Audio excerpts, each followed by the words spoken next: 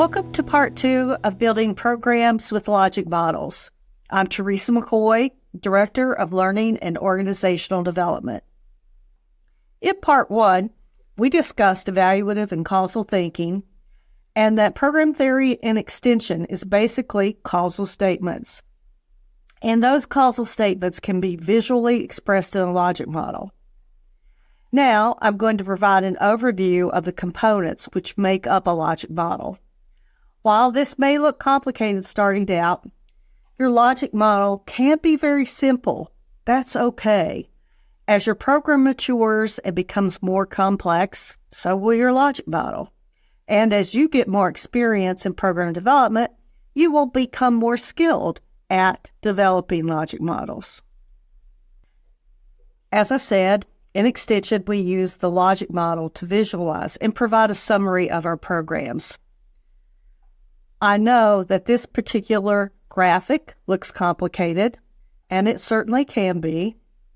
But for this introduction, I just want you to become familiar with the parts that go into a logic model.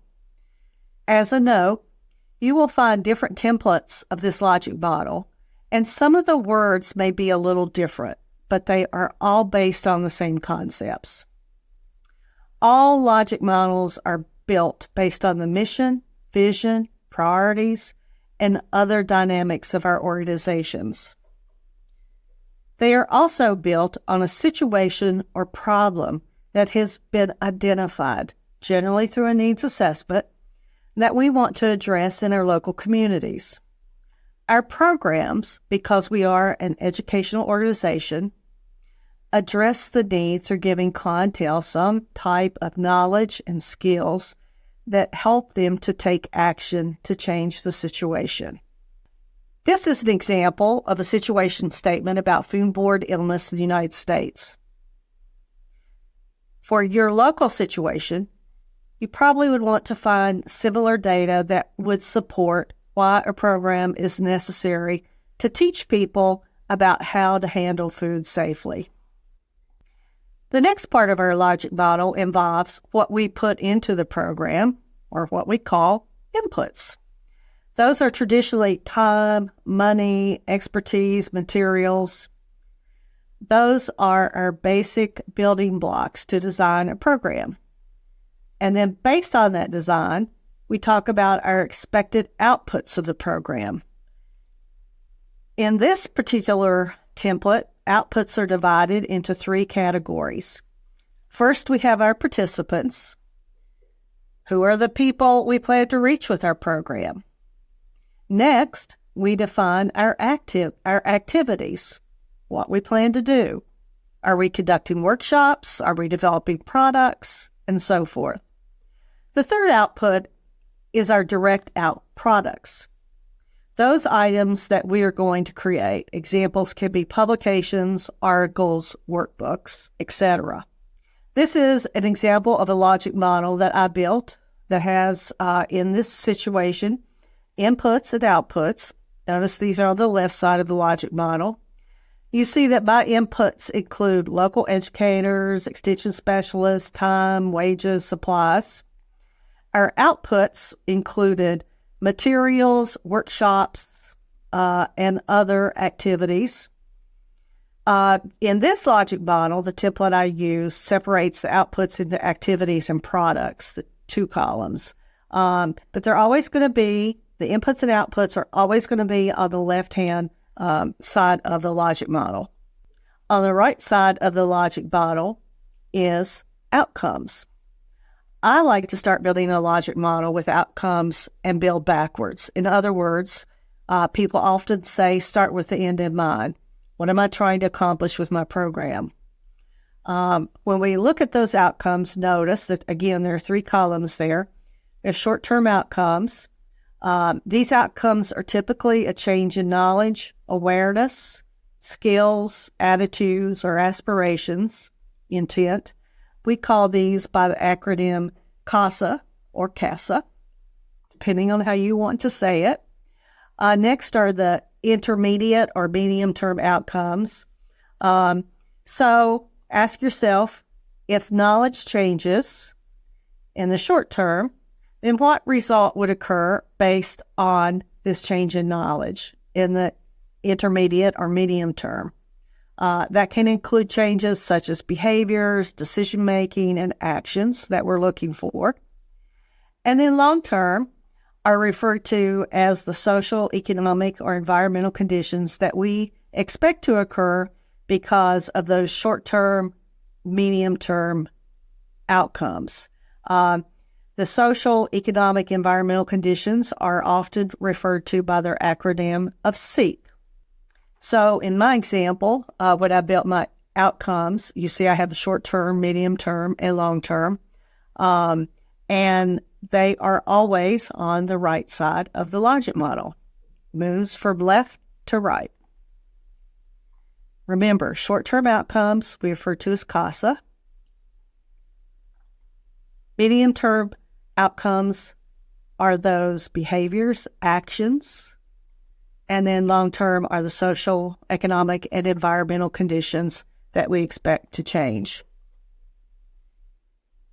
Put it all together, as you see here, and this logic model gives our causal change in program theory. If I have these inputs, these resources here, then we can engage in these activities and build these products. And if I have these activities and products to deliver, then they're going to lead to these short-term, medium-term, and long-term outcomes. Most logic models include a set of assumptions and external factors that are part of the program theory. Assumptions are those embedded beliefs we have about our program. For example, I assume I'm going to have the resources I need to conduct the program. I make assumptions that people will attend the program, participate in the program, and achieve benefit from the program. Please note that these aren't assumptions that I'm just making up. These are based on research and our own experiences as extension professionals. External factors include the environment in which the program operates and that can influence its success. Factors influence our programs. Examples are the economy, the culture of a community we're working in, the history, can be the media, can be technology.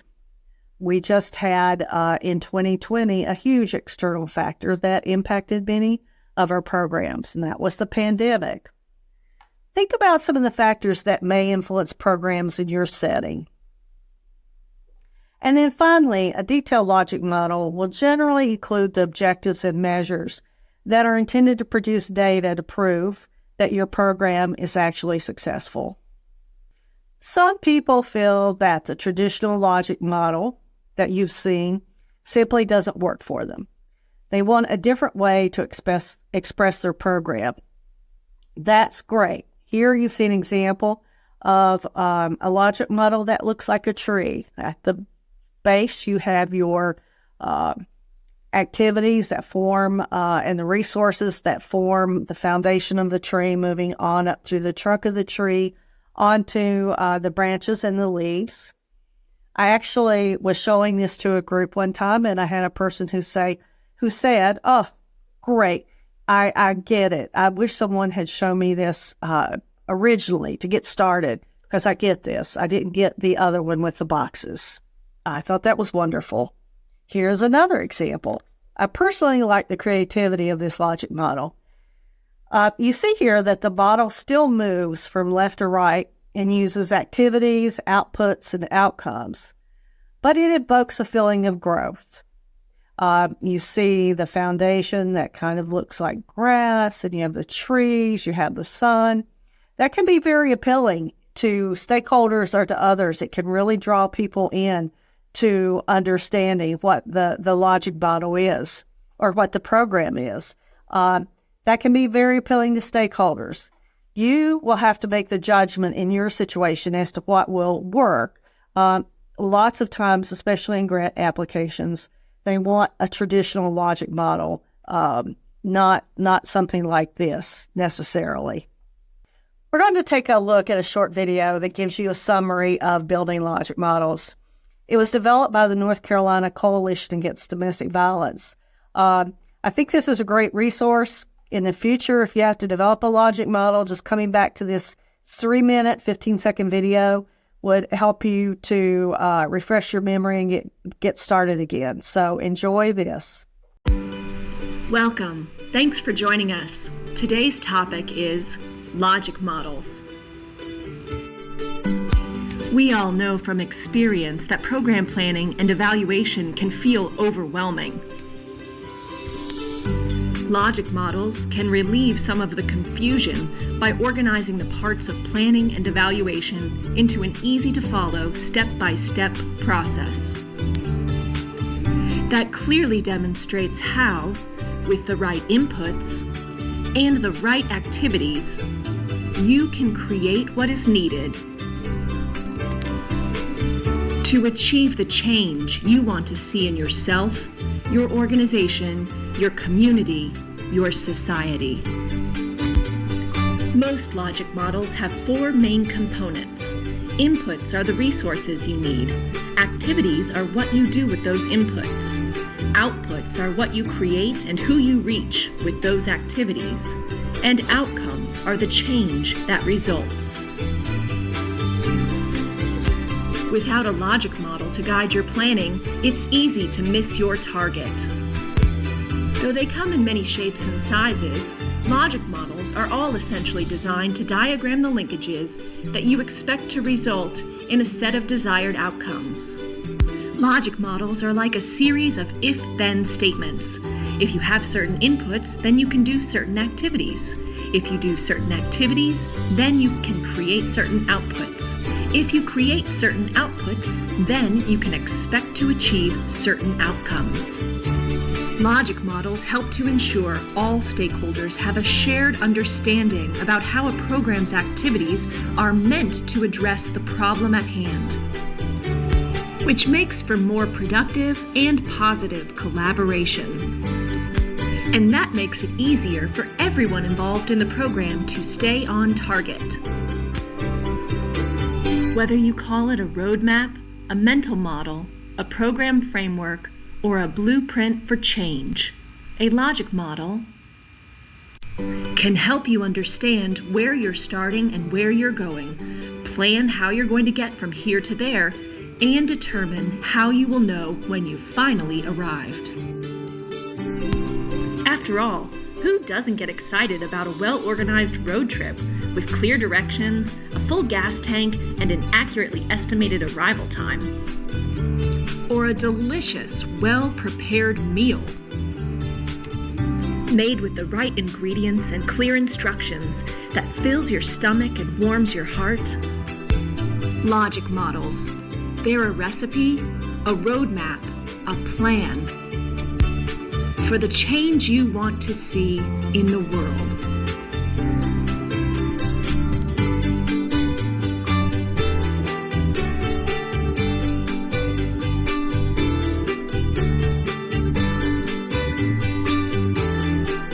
Another great resource for all who work in program development, community engagement, is the Community Toolbox. That is a service of the Center for Community Health and Development at the University of Kansas.